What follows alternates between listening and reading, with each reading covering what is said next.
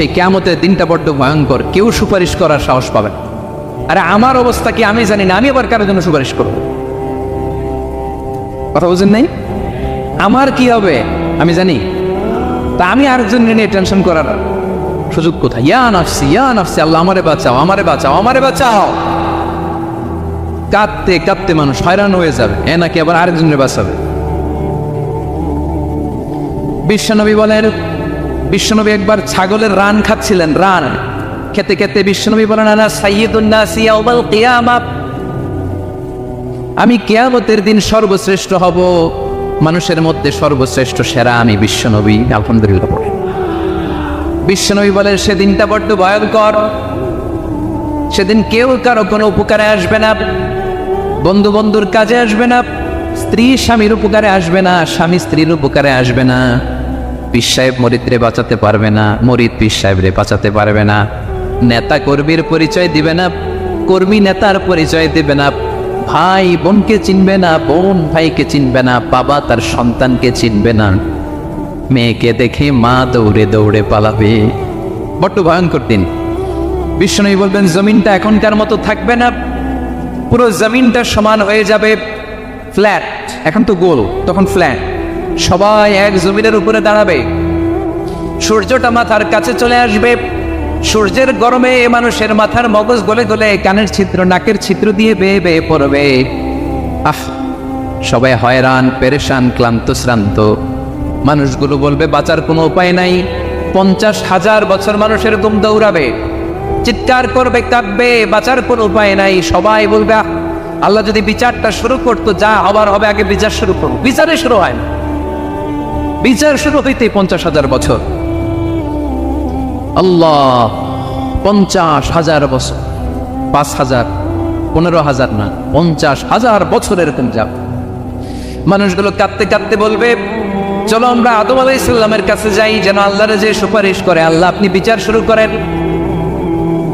কিয়ামতের ময়দানে সবাই মিলে সাইয়েদনা আদম আলাইহিস সালামের কাছে যেয়ে বলবে, ইয়া আবাল বাশার ইয়া আউয়ালাল আম্বিয়া, ও আদম নবী, আপনি দুনিয়ার বুকে প্রথম নবী, আল্লাহ নিজ হাতে আপনারে 60 হাত লম্বা করে বানিয়েছেন, আপনার সম্মানে ফেরেশতাদেরকে সেজদা দিতে বলেছেন, দুনিয়ার প্রথম নবী, প্রথম মানুষ আপনি, আপনি আল্লাহর যে সুপারিশ করেন যেন আল্লাহ বিচার শুরু করে। আদম আলাইহিস সালাম বলবেন, আমি পারবো না, কারণ আল্লাহ আমাকে একটা নিষিদ্ধ গাছের কাছে যেতে নিষেধ করেছিল, আমি ভুল করে এই গাছের ফল খেয়েছি। নাফসি নাফসি, আজকে আমার কি হবে আমি জানি না, আমি বড় লজ্জিত। আমারে যদি আল্লাহ জিজ্ঞেস করে কেন খাইছিলাম, আর কোনো উত্তর নাই, তোমারে বাঁচাবো কেমনে আমি? নবীরা থার করে কাঁপবে সেদিকে। আদম আলাইহিস সালাম বলবেন, আমি পারবো না, মাফ করো আমাকে, আমি পারবো না, ওই যে ভুল করে গন্ধম খেয়ে ফেলেছে, নিষিদ্ধ গাছের ফল খেয়ে ফেলেছে, আমি বড় লজ্জিত অনুতপ্ত, আমি পারবো না। আজকে আল্লাহ এত রাগান্বিত হয়েছে, আগে কখনো আল্লাহ এত রাগান্বিত হয় নাই, ভবিষ্যতে আল্লাহ কখনো এত রাগান্বিত হবে না, আমি পারবো না। এক কাজ করো, তোমরা নূহ আলাইহিস সালামের কাছে যাও। কোন নবী? লোকেরা এবার পাগলের মতো দৌড়াতে দৌড়াতে আল্লাহর নবী নূহ আলাইহিস সালামের কাছে যেয়ে বলবে, ইয়া নবী আল্লাহ নূহ, আনতা আউয়ালুর রাসূলি ফিল আরদ, জমিনে প্রথম রাসূল। আদম আলাইহিস সালাম নবী ছিলেন, রাসূল ছিলেন না, এই দুনিয়ার বুকে প্রথম রাসূল ছিলেন আল্লাহর নবী নূহ আলাইহিস সালাম। সবাই বলবে, ও নবী আল্লাহ নূহ, রাসূল আল্লাহ নূহ, আল্লাহ আপনাকে আবদান শাকুরা, শুকরগুজার বান্দা বলে কোরআনে বলেছে। কোরআনে নূহ আলাইহিস সালামের নামেও সূরা আছে না নাই? আপনি আল্লাহর প্রিয় বান্দা, প্রিয় রাসূল। দেখেন আমাদের কি দশা, ঘামতে ঘামতে শেষ, জমিনটা তাওয়ার জমিন, সূর্যটা মাথার কাছে, কি করবো আর পারি না, ঘামতে ঘামতে আর কত ঘামবো, কত দাঁড়িয়ে থাকবো।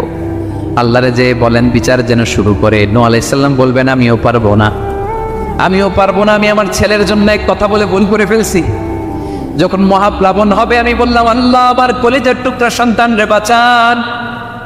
আল্লাহ বললেন, ও নূহ, সে তোমার সন্তান না, কারণ সে ঈমান আনে নাই, সে পাহাড়ের উপর দাঁড়িয়েছে, দেখি কেমনে সে বাঁচে। ওই যে আমি একটা না বুঝে আবদার করেছি, আল্লাহ আমার উপর রেগে গিয়েছিলেন। আজকে আল্লাহ ওই ব্যাপারে যদি আমারে প্রশ্ন করে, আমার কোনো জবাব নাই, আমি পারবো না, মাফ করো। তোমরা সবাই মিলে আল্লাহর খলিল ইব্রাহিম আলাইহিস সালামের কাছে যাও। লোকগুলো পাগলের মতো খুঁজতে আরম্ভ করবে, অযুত লক্ষ নিযুত কোটি মানুষের ভিড়ে আল্লাহর খলিল ইব্রাহিমকে যে বলবে, ইয়া খলিলুল্লাহ, ও আল্লাহর খলিল, আল্লাহ আপনাকে বড্ড ভালোবেসেছেন, আপনি কাবা বানিয়েছেন, আল্লাহ আপনাকে বড্ড পছন্দ করেন। দেখেন আমাদের কি অবস্থা। আপনি যে আল্লাহর কাছে সুপারিশ করেন যেন আল্লাহ আজকে বিচার শুরু করে। আল্লাহর নবী ইব্রাহিম বলবেন আমিও পারবো না, আমি আমার জীবদ্দশায় 3টা মিথ্যা বলেছি। কয়টা? আসলে মিথ্যা না, একটু টুইস্ট করে কৌশল করে কথা বলেছিলেন, ওইটাকে হাদিসে মিথ্যা বলা হয়েছে। আমি জীবনে 3টা মিথ্যা বলেছি, জীবন বাঁচানোর তাগিদে কৌশল করে 3টা কথা বলেছি। আজকের এই কঠিন ময়দানে আল্লাহ যদি ওই 3টা কথার ব্যাপারে জিজ্ঞেস করে, লজ্জায় আমি মাথা দেখাতে পারবো না, আমিও পারবো না, আমিও পারবো না। আজকে আল্লাহ এত রেগে আছে, আগে কখনো এত রাগে নাই, পরেও রাখবে না। তোমরা সবাই মিলে বনি ইসরাইলের নবী মুসা আলাইহিস সালামের কাছে যাও। সবাই এবার যাবে মুসা আলাইহিস সালামের কাছে, যেয়ে বলবে ইয়া নবী আল্লাহ মুসা, আপনি ছিলেন কালিমুল্লাহ, আল্লাহর সাথে সরাসরি কথা বলতেন, রব্বুল আলামিন আপনাকে তাওরাত কিতাব দিয়েছেন, আপনি যে একটু সুপারিশ করেন। আল্লাহর নবী মুসা বলবেন মাফ করো, আমিও পারবো না, আমি দুনিয়ার বুকে ভুল করে একটা মানুষকে মেরে ফেলেছি। আমি মারছিলাম আদব শিক্ষা দেওয়ার জন্য এক থাপ্পড়, এই থাপ্পড়ে যে ওই লোক মরেই যাবে আমি জানতাম না। আজকে আল্লাহ যদি জিজ্ঞেস করে কেন মারলা, জবাব আছে? ওই লজ্জায় আমি অনুতপ্ত, আমি পারবো না, আমার এই কথা বলো না। আজকে আল্লাহ বড্ড রেগে আছে, আমি পারবো না। তোমরা আল্লাহর নবী ঈসা আলাইহিস সালামের কাছে যাও। কিয়ামতের ময়দানে মানুষগুলো পাগল পাড়া হয়ে আল্লাহর নবী ঈসা আলাইহিস সালামের কাছে যাবে, যে বলবে নবী ঈসা আপনি রূহুল্লাহ, বাবা ছাড়া আল্লাহ আপনাকে বানিয়েছেন, ইনজিল কিতাব দিয়েছেন, মৃত মানুষকে আপনি জীবিত করতে পারতেন। আজকের এই কঠিন বিপদের দিনে আপনি আমাদের সাহায্য করেন। আল্লাহর কাছে যে বলেন যেন বিচার শুরু করে। ঈসা আলাইহিস সালাম বলবেন আমিও পারবো না, ইন্নী উবিদতু মিন দুনিল্লাহ, আমার উম্মত খ্রিস্টানেরা আল্লাহরে বাদ দিয়ে আমি ঈসার ইবাদত করেছে। আমার মা ম্যারি আর আমাকে ডাকতো জিসাস ক্রাইস্ট, আমার ইবাদত করেছে। যদিও আমি আমার ইবাদত করতে বলি না, ঈসা আলাইহিস সালামও ইবাদত করতে বলেছেন একজনের, তিনি কে? আল্লাহর নবী ঈসা আলাইহিস সালাম বলবেন আমিও পারবো না, আজকে আল্লাহ অনেক রেগে আছে, আমি পারবো না। তবে একটা পরামর্শ দিতে পারি, একটা সাজেশন দিতে পারি। আজকের দিনে এই কঠিন মুসিবতের কালে, এই কঠিন সময়ে কেউ আল্লাহর দরবারে দাঁড়িয়ে একটা টু শব্দ করার ক্ষমতা কারো নাই, একমাত্র আখিরি জামানার পয়গাম্বর বিশ্বনবী মুহাম্মদুর রাসূলুল্লাহ ছাড়া। মানুষগুলো এবার আগুনের মধ্যে পানি দিলে যেমনি আগুন নিভে যায়, দাও দাও করা হৃদয়ে জ্বলন্ত আগুন তাদের ঠান্ডা হবে। কিয়ামতের ময়দানে ওই বিভীষিকাময় সময়ে মুসিবতের কালে মানুষগুলো পাগল হয়ে বিশ্বনবীকে খুঁজতে আরম্ভ করবে। সবাই মিলে বিশ্বনবীর কাছে যেয়ে বলবে ইয়া রাহমাতাল লিল আলামিন, ইয়া খাতামান নবীন, রাহমাতাল লিল আলামিন। দেখেন আমাদের কি অবস্থা, কি কঠিন বিপদে আমরা আছি, দাঁড়াতে পারি না, সূর্যের আলোতে ঘেমে হয়রান। আজকে কেউ সুপারিশ করতে পারবে না। সব নবীরা অপারগতা স্বীকার করেছে, তারা বলেছে আপনি ছাড়া কেউ নাকি আল্লাহর সামনে দাঁড়াতে পারবেন না, আপনি একটু সুপারিশ করেন। বিশ্বনবী বলবেন আসো আসো, আজকের দিনে আমি ছাড়া আল্লাহর সামনে কেউ দাঁড়াতে পারবে না। বিশ্বনবী মাকামে মাহমুদে যে আল্লাহু আকবার বলে সিজদায় লুটিয়ে পড়বেন। আল্লাহ রাব্বুল আলামিন বিশ্বনবীকে এমন কিছু চমৎকার শব্দ শিখাবেন, ওই শব্দগুলো দিয়ে আল্লাহর প্রশংসা করে বিশ্বনবী কাঁদতে আরম্ভ করবেন। বিশ্বনবী এমন ভাবে অজর দ্বারায় সিজদায় লুটিয়ে পড়ে কাঁদবেন, রব্বুল আলামিনের রহমতের দরিয়ায় জোশ লেগে যাবে। রব্বুল আলামিন এই দৃশ্য থেকে সহ্য করতে পারবেন না। রব্বুল আলামিন বলবেন ইয়া মুহাম্মদ ইরফা রাসাক, ও নবী আপনি মাথা তোলেন, মাথা তোলেন, আপনার কান্না আমি সহ্য করতে পারি না। নবী আপনি মাথা তোলেন, সাল তুতা, আজকে আপনি যা চাবেন তাই দেবেন। নবী আপনি সিজদা থেকে মাথা তুলেন, সাল তুতা, যা চাবেন তাই দেব। ওয়াশফা তুশাফা, যার জন্য সুপারিশ করবেন তার সুপারিশ কবুল করে নেব। বিশ্বনবী এবার মাথা তুলবেন। যে বিভীষিকাময় সময়ে প্রত্যেক নবী বলেছেন আমি পারবো না, প্রত্যেক নবী বলেছেন নাফসি নাফসি, আমার কি হবে আমি জানি না, আল্লাহ আমারে বাঁচান। প্রতিটি নবী বলবে নাফসি নাফসি, আল্লাহ তুমি আমারে বাঁচাও, আমারে বাঁচাও। বিশ্বনবী মাথা তুলবেন, তুলে বলবেন রব্বি হাবলি উম্মতি, আল্লাহ তুমি আমার গুনাহগার উম্মতকে বাঁচাও। এই দুনিয়ার বুকে রব্বুল আলামিন সব নবীকে একটা করে দাওয়া মুস্তাজাবা দিয়েছেন, মানে যে দোয়া করলে কবুল হয়ে যায় সাথে সাথেই।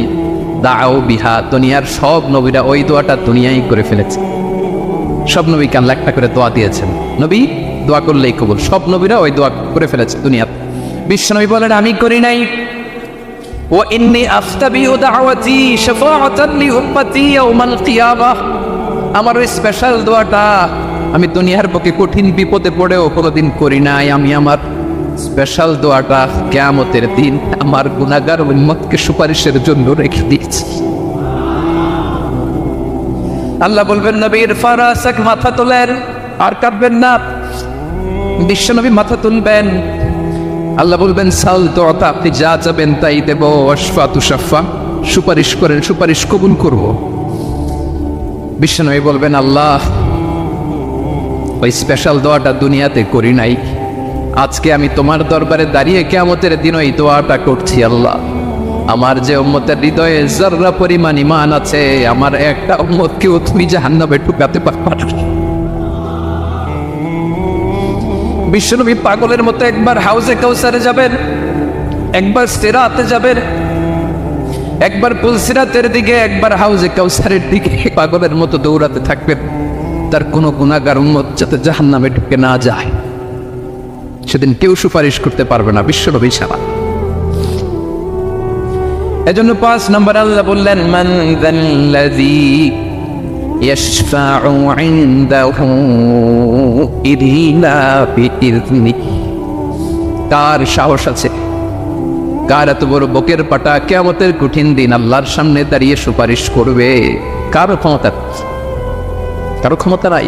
বিশ্বনবী সেদিন সিজদায় পড়ে উম্মতের জন্য কাঁদবেন, সবাই কাঁদবে, নফসি নফসি, আল্লাহ আমারে বাঁচাও, আল্লাহ আমারে বাঁচাও। বিশ্বনবী বলবেন উম্মতি উম্মতি, বিশ্বনবী আমার জন্য কাঁদবে, আপনার জন্য কাঁদবে, আমাদের জন্য সেদিন কেঁদে কেঁদে জাহান্নামের দরজায় দাঁড়িয়ে আমাদেরকে টেনে টেনে জান্নাতে ঢুকাবেন।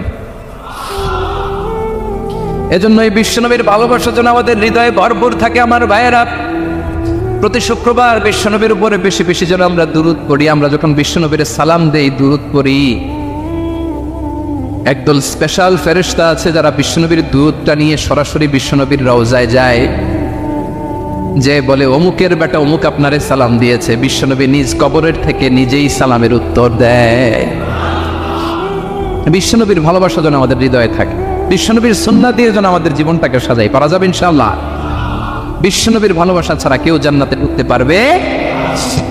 বিশ্বনবীর পক্ষে আমরা বলব, বিশ্বনবীর পক্ষে আমরা লিখব, বিশ্বনবীর জন্য আমরা আমাদের কলিজার রক্ত বিলিয়ে দেব, ঠিক কিনা বলেন? সেদিন বিশ্বনবী ছাড়া কেউ সুপারিশ করতে পারবে না। 5 নম্বর আল্লাহ বললেন মান যাল্লাযী ইয়াশফাউ ইনদাহু ইল্লা বিইযনি, কে আছে সুপারিশ করবে আল্লাহর সামনে? আর আপনি আপনার বাবার দরবারে যে সিজদা দেন, হ্যাঁ, ইব্রাহিম আলাইহিস সালাম থারথার করে কাঁপবে আর বলবে নফসি নফসি, আল্লাহ আমারে বাঁচাও। মুসা আলাইহিস সালাম থারথার করে কাঁপবে, আল্লাহ নফসি নফসি, আমারে বাঁচাও। আর আপনি পীরের দরবারে যে সিজদা দেন, কোথায় আছেন আপনি? খবরদার, কেউ বাঁচাতে পারবে না। যাকে ইল্লা আল্লাহ যাকে অনুমতি দেন, বিশ্বনবীকে দিবেন, নবীদেরকে দিবেন, এরপরে আল্লাহ তার স্পেশাল ওয়ালিদেরকে, মুত্তাকিনদেরকে, শহীদদেরকে, সিলেক্টেড বান্দাদেরকে দিবেন। কিন্তু কাকে দিবেন, কার জন্য দিবেন, দুনিয়ার কেউ জানে না একজন ছাড়া, তিনি কে? আল্লাহর ওয়ালিদেরকে, নেককার লোকদেরকে আল্লাহ সুপারিশের অনুমতি দিবেন। কিন্তু আপনি যারে মানেন, যার পায়ে সিজদায় লুটিয়ে পড়ে থাকেন, তারে যে আল্লাহ দিবেন, এটার কোনো গ্যারান্টি আছে? কথা বলেন। এজন্য জপতে হবে একজনের নাম, আওয়াজ করে বলুন তিনি কে? আয়াতুল কুরসির 5 নাম্বার কথা হচ্ছে সেদিন কেউ কারো উপকারে আসবে না, সুপারিশ করার সুযোগ পাবে না, আল্লাহ যাকে অনুমতি দেয় তিনি ছাড়া। কয়টা গেল? 6 নম্বর আল্লাহ বললেন ইয়ালামু মা বাইনা আইদিহিম ওয়া মা খালফাহুম, তোমাদের সামনে তোমাদের পেছনে যখন যেটাই ঘটুক না জানে কে? আওয়াজ করে বলুন, কেউ যেটা জানে না জানে কে? কেউ যেটা দেখে না দেখে কে? কেউ যেটা শোনে না শোনে কে?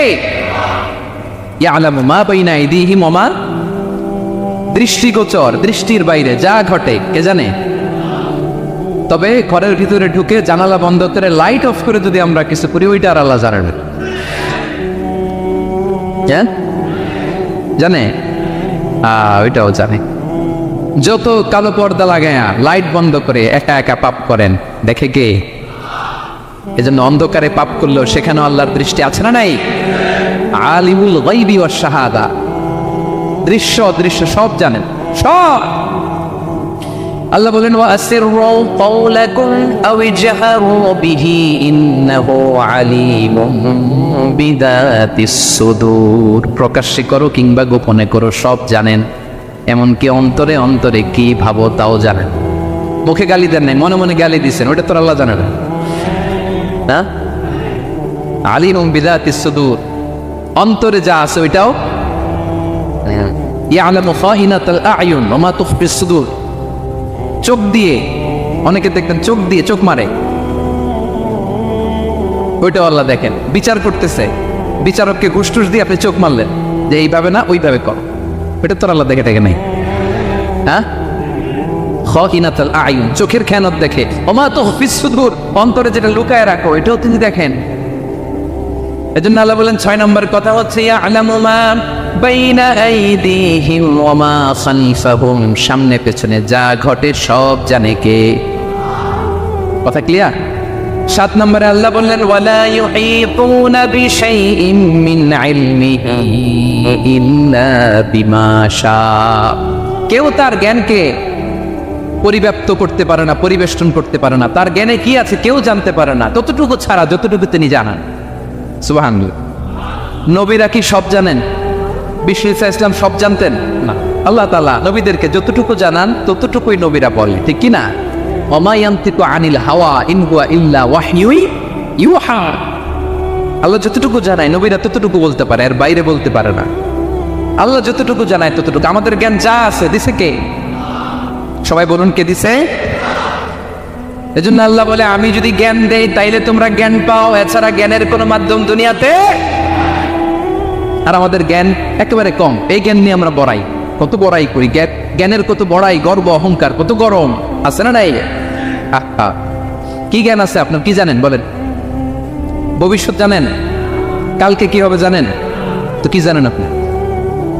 কালকে কি হবে এটাই তো জানেন, এখন কি হবে তাই জানেন না। পিছনে কি করছিলাম এটা মনে রাখতে পারেন। আজ থেকে 1 মাস আগে এই বিকেলে আপনি কি করতেছিলেন মনে আছে? এত দূরে যাওয়া লাগে না। আজ থেকে 1 সপ্তাহ আগে রাত্রে বেলায় কি খাইছিলেন মনে আছে? আজ থেকে 5 দিন আগে কোন জামাটা পড়ছিলাম মনে আছে? তো কি জানেন আপনি? কিছুই না। আমাদের জ্ঞানকে আল্লাহ বলেছেন কলিল। কি বলেছেন? এজন্য রব্বুল আলামিন বলেন তোমাদের জ্ঞান হলো কলিল। ওমা উতিতুম মিনাল ইলমি ইল্লা কলিলা।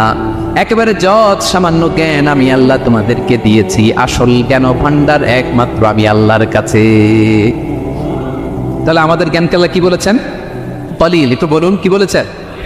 কলিল মানে কি? একটা মহাসাগরের মধ্যে, খেয়াল করে শুনেন বুঝবেন, একটা মহাসাগরের মধ্যে একটা চড়ুই পাখি যে যদি একটু পানি খায়, পানি খাওয়ার পরে ওই চড়ুই পাখির ঠোঁটে যে একটু পানি লেগে থাকে ওইটারে বলে কলিল। আল্লাহ বলে মহাসাগর থেকে পানি খাওয়ার কারণে চড়ুই পাখির ঠোঁটে যে একটু পানি লেগে আছে, এই পানিটা হচ্ছে তোমরা পৃথিবীতে যারা আছো সবার জ্ঞান, সবাই মিলে এতটুকু জ্ঞান। আর পুরো মহাসাগরের পানি হচ্ছে আমি আল্লাহর জ্ঞান। তাহলে আপনার জ্ঞান তো অনেক বেশি। এজন্য জ্ঞানের বড়াই করা যাবে না। আল্লাহ বলেন ওয়ালা ইউহিতুনা বিশাইইম মিন ইলমিহি ইল্লা বিমা শা। আল্লাহ যতটুকু জানান ততটুকুই আমরা জানি, তিনি যে কত জানেন আমাদের কোনো ধারণা নাই, ঠিক কিনা বলেন? কয়টা গেল? 7টা। আর রইল কয়টা? 8 নম্বরে আল্লাহ বলেন ওয়াসিআ কুরসিয়ুহুস সামাওয়াতি ওয়াল আরদা। তার কুরসি আকাশ জমিন বিস্তৃত। আকাশ এবং জমিনকে পরিব্যাপ্ত করে রেখেছে তার কুরসি, তার ক্ষমতা, তার কর্তৃত্ব। কুরসির 2টা তাফসির। এক তাফসির হলো কুরসি মানে ক্ষমতা, তার ক্ষমতা, কর্তৃত্ব, আকাশ জমিন বিস্তৃত। কুরসির আরেকটা ব্যাখ্যা হচ্ছে সরাসরি কুরসি, যেখানে আল্লাহ পা রাখে। কি রাখে? তার মানে হুজুর আল্লাহরও পা আছে? আছে। কেমন আমরা জানি, আমাদের পায়ের মতো না। সুবহানাল্লাহ পড়েন তো। তাইলে আল্লাহ কার মতো? আল্লাহ আল্লাহর মতো। সুবহানাল্লাহ পড়েন। লাইসা কামিসলিহি শাই, কোনো কিছু তার মতো নয়। তো তিনি কার মতো? তিনি তার মতো। ওয়ালাম ইয়াকুল্লাহু কুফুয়ান আহাদ। ওয়াসিআ কুরসিয়ুহুস সামাওয়াতি ওয়াল আরদ। তার কুরসিটা আকাশ জমিন বিস্তৃত। এটা ঊর্ধ্ব জগতের কথা। বাতুবাহাতের ভাইয়েরা, কোন জগৎ? ঊর্ধ্ব জগৎ শুরু হয় এই যে এখান থেকে, মাথার উপর থেকে ঊর্ধ্ব জগতের শুরু, ঠিক কিনা? এই যে শূন্যে যা দেখেন এটা প্রথম আকাশের মহাশূন্য। আল্লাহ বলেন ওয়ালাকাদ যায়্যানাস সামাআদ দুনিয়া বিজিনাতিল কাওয়াকিব, প্রথম আকাশের মহাশূন্যকে আমি তারা গ্রহ দিয়ে সুশোভিত করেছি। আমাদের পৃথিবীর চাইতে অনেক বড় গ্রহ আছে, যেমন সূর্য পৃথিবীর চেয়ে 13 লক্ষ গুণ বড়। কয় গুণ? 13 গুণ, 1300 গুণ, 13,000 গুণ। কত গুণ? আরো জোরে কত গুণ? চিন্তা করছেন পৃথিবীটা কত বড়, আর সূর্য নাকি পৃথিবীর চেয়ে?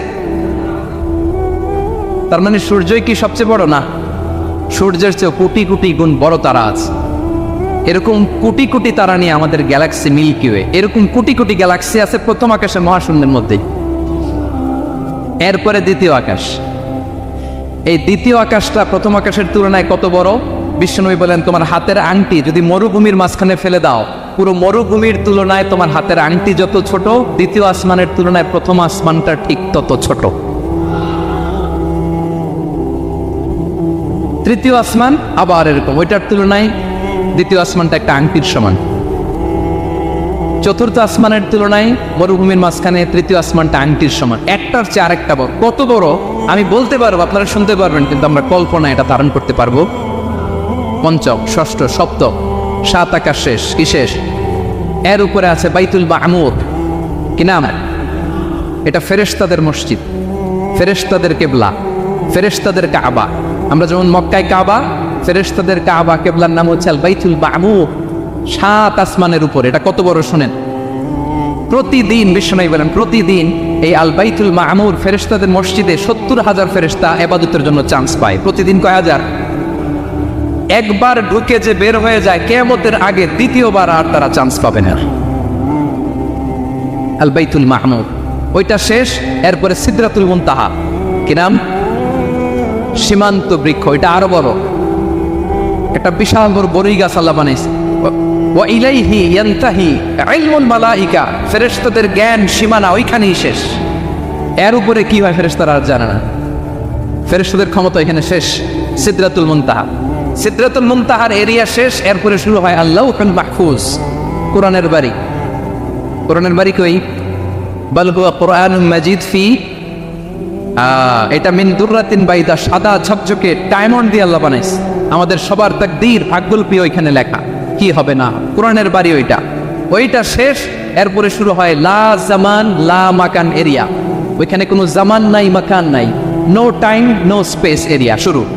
ওইখানে কুরসি, যেখানে আল্লাহ পা রাখেন বা কুদরতি পা রাখেন, আল্লাহর কুরসি। বড় রাজা বাদশারা সিংহাসনে বসে পা রাখে একটা টেবিলের উপর, শাহী টেবিল, ওইটার নাম কুরসি। আল্লাহ বলে ওয়াসিআ কুরসিয়ুহুস সামাওয়াতি ওয়াল আরদ, আল্লাহর এই কুরসিটা এতক্ষণ যা বললাম এই সবগুলার চাইতেও বড়। কুরসির উপরে আছে আল্লাহর আরশ, আর রহমানু আলাল আরশি ইস্তাওয়া, রব্বুল আলামিন ওই আরশের উপরে। আমি যেমনি চেয়ারের উপরে এরকম না, যেভাবে আল্লাহর জালালিয়াত, হিজ হাইনেস, হিজ রয়্যালনেস, আল্লাহর জালালিয়াত, আল্লাহর কুদরতের মাধ্যমে যেভাবে আল্লাহ আরশের উপর থাকা দরকার, আল্লাহ সত্তা, আল্লাহ ঠিক ওইভাবে আছেন, আরশের উপরে আছেন। ওয়া ইয়াহমিলু আরশা রাব্বিকা ফাওকাহুম ইয়াওমাইযিন সামানিয়া, কিয়ামতের দিন আল্লাহর এই আরশটা 8 জন ফেরেশতা বহন করবে। আরশ বহনের জন্য আল্লাহর ফেরেশতা লাগে না, কোনো কাজের জন্যই আল্লাহর ফেরেশতা লাগে না। আল্লাহ বলে কুন ফায়াকুন, হয়ে যায়। তারপরে আল্লাহ নিয়োজিত রেখেছেন। সেদিন কিয়ামতের দিন আল্লাহর আরশটা বহন করবে কয়জন ফেরেশতা? এদের সাইজ কত বড়? শুনতে মনে চাই? বিশ্বনবী বলেন ইন্না মা বাইনা শাহমাতি উযুনিহি ইলা আতিকিহি মাসিরাতু 700 সানা। বিশ্বনবী বলেন ওই ফেরেশতার সাইজ আমি দেখে এসেছি। কত বড় শোনো, যারা আল্লাহর আরশ বহন করবে, পুরো সাইজ বলা যাবে না। বিশ্বনবী বলেন ওই ফেরেশতার কানের লতি থেকে কাঁধ বরাবর। আপনার কানের লতি থেকে কাঁধ কতটুকু হবে? 4 আঙ্গুল 5 আঙ্গুল। বিশ্বনবী বলেন যে 8 জন ফেরেশতা কিয়ামতের দিন আল্লাহর আরশের পায়া ধরে থাকবে, ওই ফেরেশতাগুলোর কানের লতি থেকে কাঁধ বরাবর আসতে সবচেয়ে দ্রুতগামী যানবাহন, পৃথিবীতে সবচেয়ে দ্রুত চলে আলোর ফোটন। আলোর ফোটন 1 সেকেন্ডে চলে 3 লক্ষ কিলোমিটার। কয় লক্ষ কিলোমিটার? 1 ঘন্টায়, 1 মিনিটে, কয় সেকেন্ডে? 1 সেকেন্ড কইতে তো 2 সেকেন্ড লাগে। এক সেকেন্ডে আলোর ফুটন, আলোর কণা ছুটে 3 লক্ষ কিলোমিটার বেগে। বিষ্ণুই বলেন এরকম যানবাহন দিয়ে যেটা সেকেন্ডে 3 লক্ষ কিলোমিটার বেগে ছুটে, এরকম দ্রুত যদি কেউ ছুটে তাহলে ওই ফেরেশতার কানের লতি থেকে কাঁধ বরাবর আসতে 700 বছর সময় লাগবে। এজন্য রব্বুল আলামিন বলেন ওয়াসিআ কুরসিয়ুহুস সামাওয়াতি ওয়াল আরদা, আল্লাহর কুরসিটা আকাশ জমিন সব চাপিয়ে যাবে। তাহলে আল্লাহ কত বড়, সুবহান। সেজদায় যখন লুটিয়ে পড়েন এটা ভাববেন, আয় রে কারে সেজদা দেই আমি, তিনি কি সুমহান, কি সুবিশাল, ওই রবের গোলাম আমি। আলহামদুলিল্লাহ পড়েন। 9 নম্বরে আল্লাহ বলেন ওয়ালা ইয়াউদুহু হিফযুহুমা, এই বিশাল আকাশ জমিনকে রক্ষণাবেক্ষণ করতে যে আল্লাহ কশিন কালেও ক্লান্ত হয় না, নাকি আমার আপনার মতো ক্লান্ত হয়? আল্লাহর ক্লান্তি আছে, শ্রান্তি আছে, বিশ্রাম আছে, বিরাম আছে, ঘুম, জিমানি? সুবহানাল্লাহ পড়েন। আল্লাহ বলে ওয়ালা ইয়াউদুহু হিফযুহুমা, এগুলোকে রক্ষণাবেক্ষণ করতে আল্লাহ ক্লান্ত হয়ে পড়েন না। 9 নম্বরে বললেন আল্লাহর কোনো ক্লান্তি নাই, সব কিন্তু দেখভাল করেন, প্রতি মুহূর্তে প্রতি সেকেন্ডে যার যেটা লাগে করেন। এই পুরো বসুন্ধরা পৃথিবী মহাবিশ্ব যেভাবে চলা দরকার সৃষ্টির পর থেকে আজও চলছে। চালায় কে? ইঞ্জিনিয়ারটা কে? আসল কারিগরটা কে? 9 নম্বর চলে গেল, আল্লাহ ক্লান্ত হন না। আর বাকি রইল কয়টা? সব শেষে আল্লাহ তাআলা বললেন ওয়া হুয়াল আলিয়ুল আযীম, ওয়া হুয়াল আলিয়ুল আযীম, তিনি হচ্ছেন আল আলিয়ুল আযীম। সব শেষ কথা। প্রিয় ভাইয়ের, আমি বলেছিলাম আয়াতুল কুরসিতে আল্লাহর মোট কয়টা সুন্দর সুন্দর নাম আছে? 2টা তো বলে ফেলছে। এগুলো কি ছিল? আল হাইয়ু, আল কাইয়ুম। এবার সব শেষে 3 আর 4 নাম্বারটা আসছে। এটা কি? একটা আল আলী আর একটা আজিম। 3 নম্বরটা হচ্ছে আল আলী, 4 নম্বরটা আযীম। আল আলী মানে হচ্ছে সর্বোচ্চ, দ্য গ্রেটেস্ট, দ্য হাইয়েস্ট। তার উপরে কেউ আছে? ঊর্ধ্ব জগতের যে বর্ণনা দিছে কি বুঝলেন? আল্লাহর উপরে কেউ আছে? এজন্য তিনি হচ্ছেন আল আলী, সবচেয়ে উপরে, সর্বোচ্চ, দ্য হাইয়েস্ট। তার উপরে কেউ। এজন্য আল্লাহ বলেন সাব্বিহ ইসমা রাব্বিকাল আ'লা। আল আলী আর আল আ'লা কাছাকাছি অর্থ। প্রশংসা করো ওই আল্লাহর যিনি বলেন আ'লা, সবচেয়ে বড়। তার চেয়ে বড় কেউ আছে নাকি? তার উপরে কেউ আছে নাকি? আল আ'লা। এজন্য আমরা যখন সিজদায় লুটিয়ে পড়ি, আমরা যখন সবচেয়ে নিচে যাই, আমরা বলি আল্লাহ তুমি সবচেয়ে উপরে। আমরা যখন সিজদায় যাই আমরা তখন সবচেয়ে কি? নিচে, তাই না? এর চেয়ে নিচে আর মানুষের সবচেয়ে দামি অঙ্গ কপালটারে মাটিতে কষি, আমি সবচেয়ে নিচে, আর আমি বলি সুবহানা রাব্বিয়াল